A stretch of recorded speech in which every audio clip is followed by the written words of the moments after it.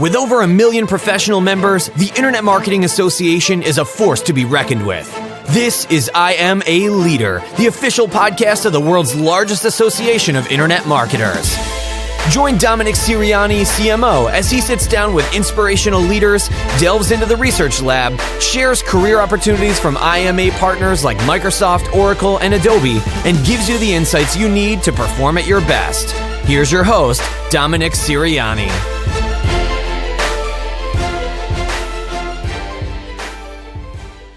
Thank you for joining today's webinar presented by Curalate and the Internet Marketing Association.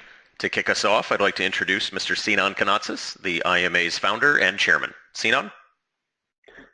Thanks, Dom, and thank you for everyone for joining us today. I'm really excited myself about today's webinar. Again, my name is Sinan Kanatsis, founder and chairman of the Internet Marketing Association, also known as IMA. I also have the distinct pleasure today of facilitating a dynamic conversation around the world of digital imagery and how to convert that into real revenue and value to your organization.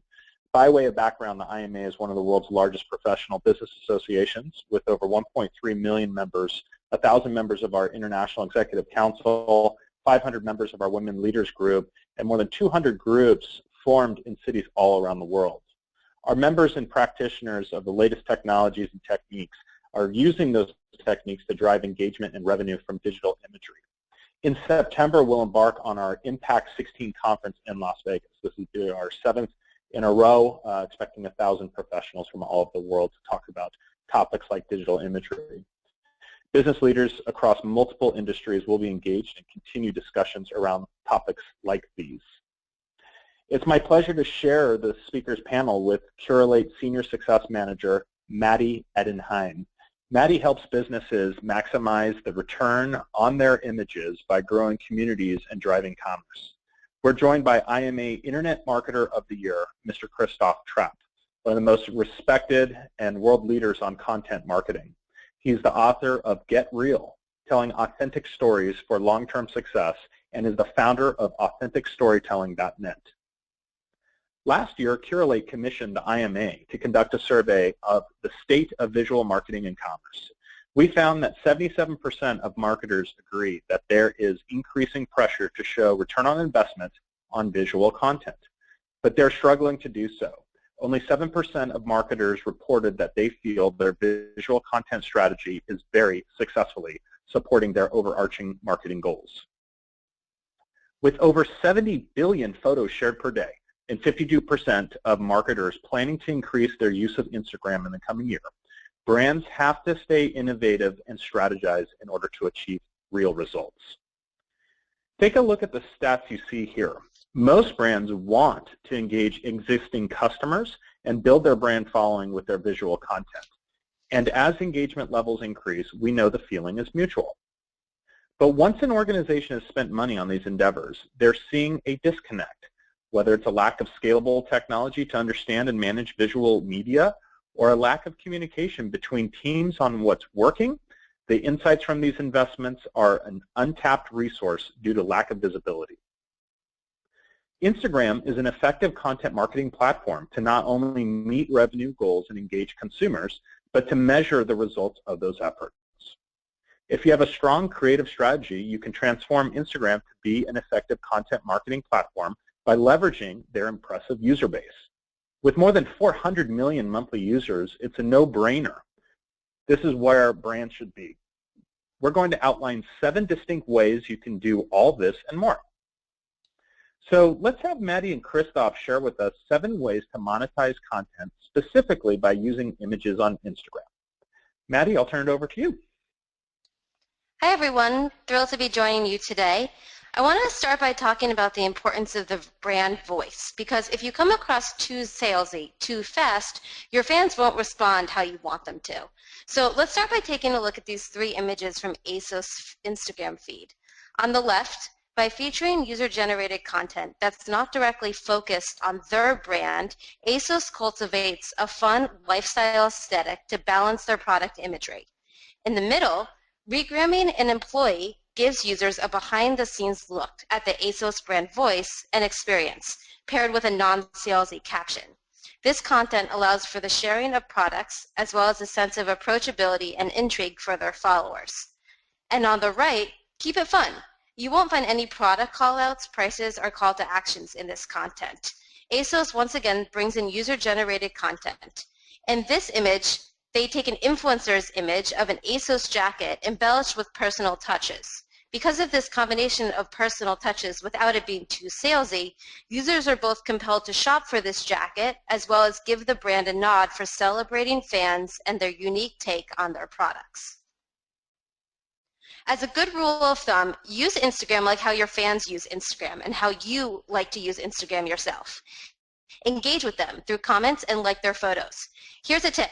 Use a search functionality or browse through comments looking for key terms such as want, need, disappointed, love to easily target and engage users. You can tell very quickly by looking at the words if someone is complaining, or maybe they're complaining because something is actually sold out and they wish that was back in stock. Customer service in Instagram goes a long way and stems from an organic nature of curiosity from followers. And Instagram isn't a one-way with your fans. Fans are expected to be communicated with, and so that's definitely something that you want to be doing to help eventually monetize these conversations. One option for a quick and simple transition from discovery to purchase is a shoppable Instagram page, which allows consumers to take action on your images and learn more about your products and content. According to Social Media Examiner, Instagram users are more likely than Facebook users to share product photos, comment, like, and ask a brand for opinions. Iconoscore reports that 70% of a survey of 16,000 users reported that they have searched for a brand on Instagram and follow to take advantage of perks and giveaways. So what does this knowledge tell us? Basically, that Instagrammers are shoppers, and they're looking for opportunities to shop and discover brands, follow those they love, and shop products in an environment that's optimized for mobile. People are on Instagram for discovery and for looking for influencer pieces in their life, but they also want to know, how can I make my life look like that, and what are the products that I need to get there? And if you're still not sure if your fans are shoppers, browse through the comments and you'll see questions like, where can I buy this and how much is this? Millennials especially want the whole story and answers ready to go at their fingertips. In addition to everything mentioned, when you're running ads on Instagram, here's a few suggestions that you can accomplish. Overall, don't fall into the trap of publishing stock images, standard ad creative, and overly sales content. You want, when someone's scrolling through their feed, maybe on a commute home, you want your ad to look as natural as possible, built into how the rest of their feed looks. And be mindful about when running ads. If you want to maximize the value of your Instagram ads, your landing pages need to be optimized to convert customers who click through on mobile. What you don't want is for a user to click on the Shop Now button or Learn More button and actually be taken to a poor user experience, maybe a page that isn't optimized for mobile. So make sure that you're mindful of that. Now that we've talked about a few ways of ideas that you need to monetize, I want to also talk about the lifespan of this image. Generally, Instagram content has an extremely short lifespan, and this is great content that your teams have put money and bandwidth into creating. So how do you do more with it, and how do you extend that lifespan? One of these ways is by publishing a dedicated gallery or microsite or images spotlighting fan source photos. You can increase the number of ways that consumers engage with your products while shopping. Don't think of these galleries as just UGC. Urban Outfitters and many other brands have successfully featured employee content, store accounts, and other editorial style content. It's less important where the content actually stemmed from and more important what it looks like. So as long as you're shooting at a branded level, really engaging editorial style, aspirational content, you can be featuring those on these types of microsites.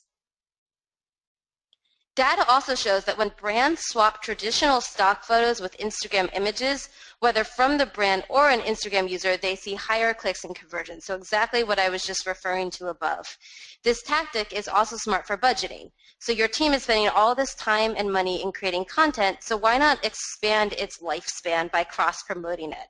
So we're looking at two examples. On the left, we have an example of Guess in their mobile app utilizing essentially shoppable Instagram content. So we have the editorial style image on top, and then we have the actual products below, and this is built into their app. And on the right, we have an example from Pottery Barn Teen, who took a user's photo and basically allowed that image to be shoppable on their blog.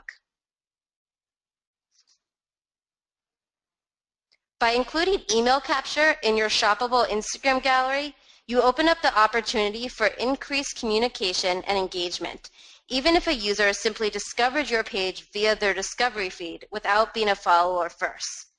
We're seeing really exciting things around this email capture. We're seeing that for brands who have fans who enter email addresses, because the person who's entering their email address is already taken the extra step to get to the like to buy or your shoppable Instagram page, this is a really highly qualified consumer. And so brands are taking this segment of email addresses and turning them into maybe a longer welcome series or offering more social specific discounts. Another opportunity is to cookie this shoppable page and turn your visitors into lookalike audiences to retarget on other channels.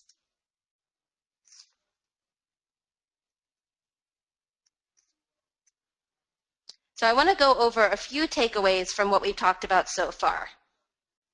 Instagram users want to engage with brands on the platform, and they're expecting that you are engaging with them as well. But traditional stock photos and salesy language won't resonate. Getting creative with lifestyle content allows users a glimpse into your story, and this is what's really going to get people excited to interact and engage with your following, so that when you do start to really actively and bluntly monetize it, your fans will go along with it.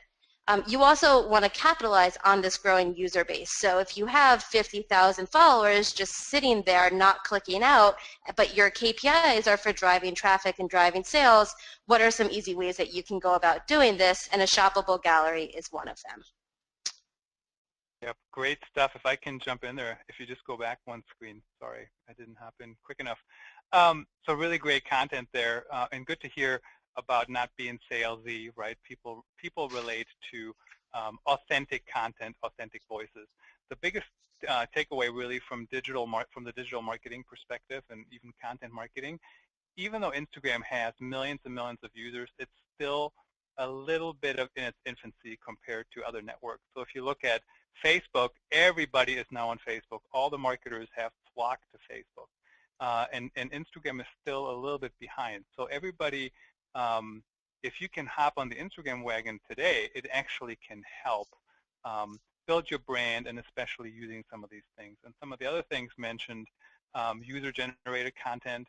A lot of brands still have problems using user-generated content. You know, they overthink it, they take it back to the committee, and then the committee looks at it and says, oh, should we use this or should we use this? It's not necessarily taken professionally, but it can really help. We've seen the photos that actually take off that are shot with an iPhone. Responding to comments, believe it or not, this is harder than it sounds. So the examples that Maddie showed, unbelievable that people were responding. That's great to see, but there's still a lot of brands that don't do it. There was one brand a few months ago, somebody did a news article on them, responded to every comment, and they thought that was unbelievable. And so just to show you where we are in today's marketing world as we're moving to more of a two-way interaction and not just a one-way interaction. You know, that's people still have problems responding to it. A good model is really the airlines. They respond pretty quickly especially on Twitter, but that's kind of the model people want to strive for, really quickly in a few moments. Yeah, and I would just want to add, you know, responding to every comment is amazing, but that's a full-time job. That's insane. So, you know, I would say have your morning coffee and take that as your time to edit some comments, to respond, because at least if you're responding to, say, 40% of the comments out there, at least that shows brand visibility, right? They see that a brand is actually responding as opposed to just never responding whatsoever. So even 10, 20 comments a day is better than nothing at all, because at least then it shows that you're out there and you care. Yep, absolutely. And I remember, I don't know what the current number is, but a couple years ago, McDonald's was mentioned once per minute globally. I mean, it's impossible to respond to every comment. And this was actually Twitter, not Instagram. But it's impossible to respond to everything. And then the other thing, as you're launching your program, think about who's actually going to do the work, and think about what's the value in doing different things. I'm a firm believer that slashes, more than 2 slashes, do not work, or even more than 1 slash. So for example, I'm the director of content marketing and content creation, so that could be a slash if you think about it. But if you add more slashes, I couldn't be director of content marketing slash content creation slash something else slash something else slash something else, right? The more things you add to people's tasks, you do need people. So I always remind, especially the C-level, to remember that it takes people. We wouldn't have expected people in the analog world to just add more and more things to their plate. It just doesn't work.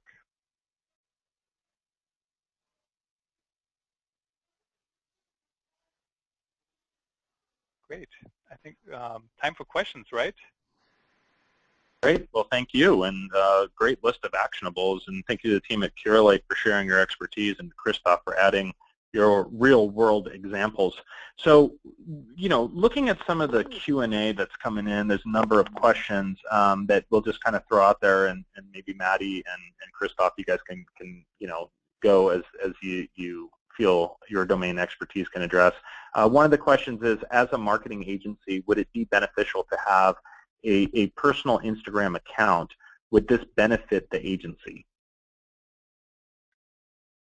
So just to clarify, you know, a marketing agency where you're working with a handful of clients, I mean, my feeling is unless there's a true reason not to, why wouldn't you want to have one? I mean, I can tell you, even the agencies, we work with a ton of agencies at Curalate in addition to brands directly, and I always look up the Instagram handle of all of the agencies I work with, because especially at companies like agencies, generally agencies have a really cool work-life balance. You have fun offices, you know, brands who are looking to work with you will also look at those things, especially if you're a socially branded agency.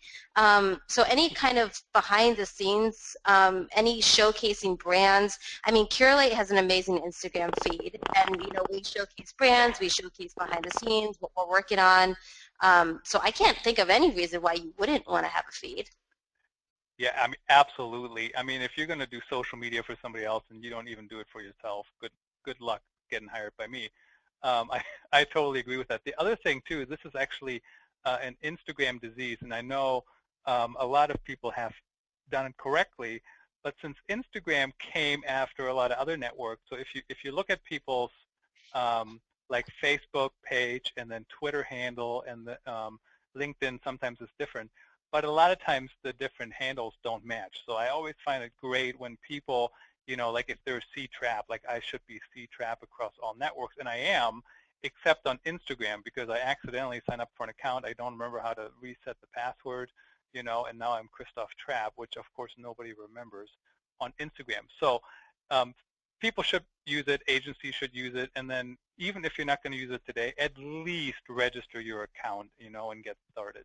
A kind of a stale account does look bad for when clients or potential clients look at it, but at least get that started and then hop on the Instagram wagon pretty quickly. Great.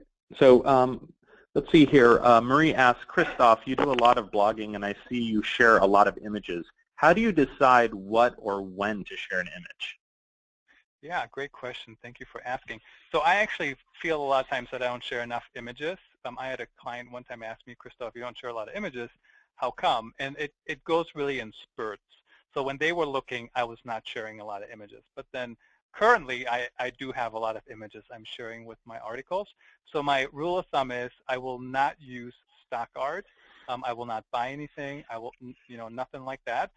If I have an image that makes sense with the article, one that I can get, or one that I can shoot myself, or one that I already have, or one I can borrow from the IMA, for example, I'll use an image. So my whole storyline revolves around how are we authentic. So I think if I use a stock art image, I'm not saying they're necessarily inauthentic, but they're not original and unique to me. So once I have one, I'll use it. If I don't have one, and I think I have something to say, I'll still blog about it.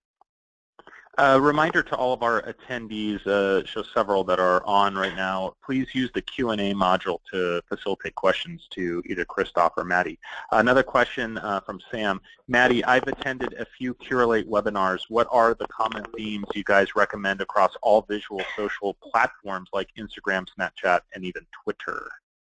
That's a really big question. I mean, I think common themes are, I mean, we do a lot of webinars on a lot of different topics. I think the biggest things we talk about are making sure that the images you use are the images that you want to put in the forefront of your business. So if I'm going to see, when I'm talking about my brand, and you know, if I'm putting images out there that I don't feel truly represent the brand voice, that truly are going to provide ROI to me in various different means, whether that's clicks, engagement, just brand loyalty, you know, just making sure that what you do, you're doing it for a reason. That's definitely at the forefront of what we talk about. And then I would say the second most thing we talk about across all of our webinars and all of what we do is don't just have an image. I mean, it's totally fine to have an image live in one channel, but if it's a great image, throw it a parade. You know, I'm not suggesting take this same piece of content and put it out at the same time across all different channels, but perhaps, you know, you could be working with an influencer and you could be sending them the same piece of content. They could be sending you content to also use.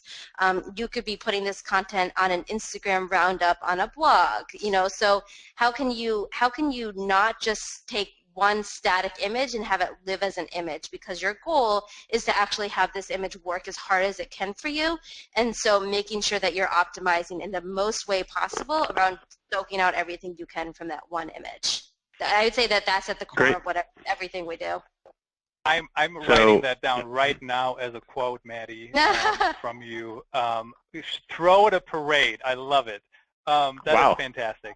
If you have good content, throw it a parade. And that really, you know, it's really I call it the create once, publish everywhere model. Use it as many channels as you can. But that quote is fantastic. Do that, guys. So Christoph, you just went from a moderator to an attendee. That's fantastic. But here we go. Should we have a content calendar for images? And if so, should that be different than a content calendar for blogs and social? We'll throw that out to both of you.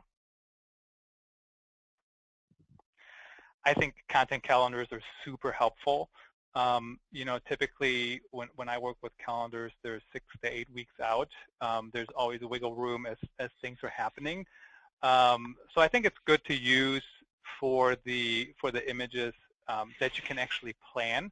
But as we know, there's a lot of things that come through in the moment, and you know, you just have to publish them fairly quickly. So in those cases, you just have to bump the calendar. But it's still helpful to have it, so you have a little bit of a backlog when it's a little bit of a slower time. Yeah, and I want to chime in and say that a content calendar means a lot of different things to a lot of different brands. So we have some brands that really have it at an image level with the text ready to go, and then you know, on the date and the time that it's meant to go out. And then we have a fair number of brands that keep it a little bit more broad, where maybe they just have it in a Google Calendar, and it's on Monday, this is a Tuesday, this is going to be a branded promotional content. Wednesday, this is going to be a piece of UGC. You know, Thursday, it's going to be more salesy. And what that basically allows you to do is making sure, A, that you're covering a broad spectrum of what your followership likes. And also, one of the things that I always really stress with my clients is making sure that you're A/B testing. So having a content calendar allows you to basically say, I'm noticing that on Wednesdays, we tend to average a higher interaction for the amount of images that we're putting out. So what is this content that we're putting out on Wednesday, and is that what's driving the interactions, or is it the day that's driving the interactions? And then from there, you can very easily swap in and out the strategy to be able to figure out, you know, what are your most optimal times of day to post? What is the content that most resonates with your fans? And really the only way that you're able to track that in a totally reasonable way is with the use of a calendar. Great. Another question, micro enterprise owners have to wear many hats. Any tips just for us? I mean, other than basic time management, even some of the biggest brands in the world that you can think of, their social team is 1, 2 people. Maybe that person is also the PR and the marketing person. So at least for me, the most thing I suggest to my team is making sure that that when you do things, you're working really smart. You're not just working longer hours. Because if you're working 10, 12-hour days, but you're only accomplishing you get slower and slower working the more and more hours you're working, making sure that the hours that you're working are extremely efficient. So one of the quick things that I do is if there's any task that's going to take longer than 2 minutes to do, you just do it right then. So an email comes in and you just answer it rather than reading the email, going back to your inbox and coming back to that email again. So that's the tip that I give people who are balancing and wearing a lot of different hats is if you can get something done quickly so you can just move on, then just do it then. Great. Yep, and absolutely. Yeah, go ahead, Christoph. That's absolutely right, and also you have to keep it top of mind, make it a priority. People ask me, how do you actually blog all the time, and then how do you blog for clients, and how do you help clients? And the way I blog is I don't have time to blog, I make time to blog. And it's very similar for all of the other networks. I just really make it, and sometimes I know you can't do that necessarily if you're working for a company, but if it's just you, for example, that does happen in a company. I blog on the bike at the gym. So find those locations where you can find the time to do things. Great. Heather asks for Maddie, do you have any suggestions on frequency of Instagram? Oh, that's something that you're going to have to figure out for your following. I don't have a hard, fast number for you. And the reason that I don't is because it really depends on what your followers want. We work with some really high luxury brands, and they post like every hour, like so much so that I've actually unfollowed them because that's not what I want as a consumer. But we also have some brands that only post once a week, and the following does actually want more. So the average I would say is probably twice a day is what I see, one in the morning and one in the evening, and maybe one is a more salesy not stocky photo, but like a branded photo, and one is more of a regram fan highlight photo or a quote or something that's not necessarily related to the brand, because basically that balances it out pretty nicely. But you're going to have to figure out what your following wants, and don't hesitate to ask. I think people are always really afraid to ask their following what they want, but you can always be like, we're playing around with the number of images we're posting every day. We're taking a vote. What would you like to see? And that not only shows brand engagement on your part, but it also gives all of your following an encouraging reason to participate and to chime in. Great. Another question, is there a way to monetize Instagram other than through a shoppable Instagram gallery, or is this really the only way? Other than a shoppable Instagram gallery and doing an Instagram ad, no. That's really the only way, because Instagram allows you, if it's not an ad, Instagram allows you one opportunity to have a clickable URL, which is in the bio.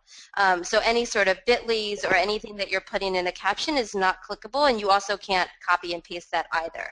So really the only way is either to have a shoppable gallery, to run a paid Instagram ad so you get that shop now button, or to be swapping in and out, that bio link all the time to be driving where you want people to go to. Yep. The other way Great. that's a little more wishy-washy. Obviously, that's the one way to actually be able to measure it. But Instagram does help with brand awareness quite a bit. We see brands out there that are sharing things, and even though you can't actually convert right that second, we know for a fact that people convert later on because they saw something on Instagram that was posted, and they saw that continuous brand awareness. Of course, that is really, really hard to measure. In fact, even if you ask people, sometimes they don't exactly remember where they saw something and what prompted them to come on over. And looking at a question from Carrie, do you advise running Instagram ads for companies who do not have any Instagram page?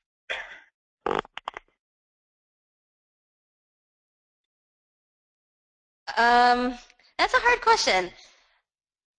My instinct is no, because basically that means that when someone clicks, if someone wants to learn, if someone, say that photo is an amazing photo and someone clicks on that screen name and taps it, it won't, like, I don't know where that would take them. However, on the other side, to play devil's advocate for myself, absolutely yes, because that would basically reach an Instagram audience through an ad and being able to drive where you want them to go, without necessarily having to have an Instagram presence. I don't know, Christoph, do you have thoughts here? Yeah, it is kind of a new territory to go into. I've seen brands who actually do it, and they don't do anything on Instagram at all. They have like 2 followers, and they're both staff members. I personally found it really, really hard, weird when you click on, when you go to their page and there's nothing going on, and they got this one ad. It obviously must work. I've seen a number of brands do it. So it's one of those things. It seems really strange to me thinking about it, but obviously it's working for some. So my recommendation would be test it. But really, you know, long-term engagement doesn't come from an ad, but it comes from that continuous engagement that Maddie shared with you today. Okay. And then looking at Chris, do you have any recommendations for service-based business and how they can use imagery to support growth? Service-based business. So probably a professional services company. Yeah, go ahead. Yep, absolutely. You know, a lot of times it's actually fairly easy for them to come up with images, and I see organizations post just day-to-day images. Here's what we did today. Here's what we saw today. Here's a new problem we fixed today, right? So if you came up with something unique, a unique way of solving an old problem, those are the things you want to take pictures of. So again, the key is to actually make it a top-of-mind priority. So we talked about the time management earlier. How are you going to get those pictures as people are out on the job and solving those problems? You encourage people, especially the bigger your staff gets, the harder it can get in theory. You empower them to take pictures. Now, you do want to have some process to get them posted. So if you have 1,000 employees, you don't want everybody to be posting whenever they feel like it. But empower people to take pictures that show what the company is doing, you know, how are you making an impact in your community and those kind of things, and just stay top of mind that way. Got it. Another question from Ernie. When a business owner has separate social accounts for business and personal, is there an elegant way to keep the 2 separate? So I think if you're a business owner, it's really, really hard to claim personal accounts. So for example, if I'm talking to CEOs and they say, this is my personal account, and I'm like, you may call it that, but nobody will see it that way, right? So if you post something on your quotation mark personal account that widely interferes with your business values, that is a huge, huge problem for those 2 brands. So I really think it's really hard if the 2 vary too much. Doesn't mean you can't do it. I've seen CEOs who have actually better accounts than their business, you know, just because they're responding, and I don't know how they find the time. But so that's my feedback on that question. For an interesting account to check out, Rebecca Minkoff, I would check out their Instagram account. They do a really nice job of balancing personal photos from Rebecca's life, but also their own branded content. That's a really interesting feed. And also Alice and Olivia, they're a clothing company. This is literally run by their designer, Stacy.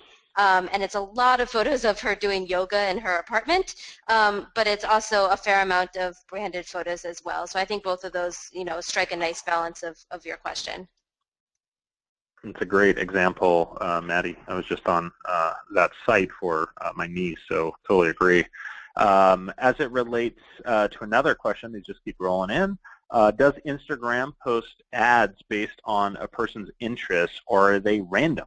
For example, would our business ad reach the people we need, basically city and government officials? I can't answer that question fully. That would be, I'm sure that they talk about that in Instagram FAQs. I know that when you're running an Instagram ad, you do it around a lookalike audience or a demographic that you set up, but you certainly do not handpick usernames when you're doing it. Okay. Yeah, that's an Instagram ads person question. Sure. You know, as you guys have been talking, I've just been thinking from an industry perspective. Maddie or Christoph, can you guys comment on just social media platforms in general? Do you see any growing faster than others? And if any, do you see any that are actually declining in users? Just curious. I mean, obviously we know social media as a marketing medium is growing, but any particular platforms that may be showing a decline?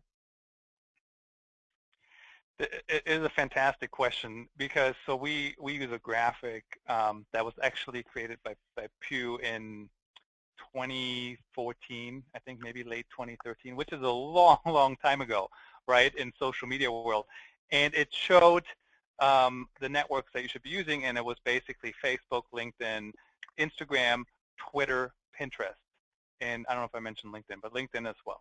So those are really still the core networks for most brands that I actually work with, and there's different levels of importance depending on the industry, but those are still important. I haven't seen any other one that's currently kind of bubbling up. Somebody mentioned Reddit to me the other day, and that's currently at like 7% market penetration, which is a little low.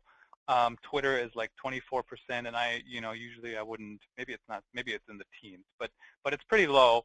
So once it gets into the 20%, I think it's worth looking at. But the one thing to think about is it also is industry specific.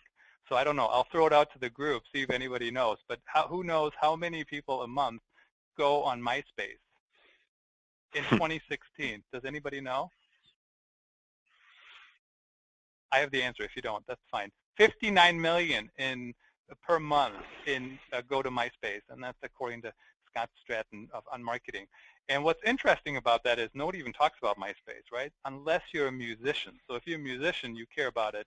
So it is a little industry specific, but I think the big ones currently, and I haven't seen anyone that's giving a real good threat right this second.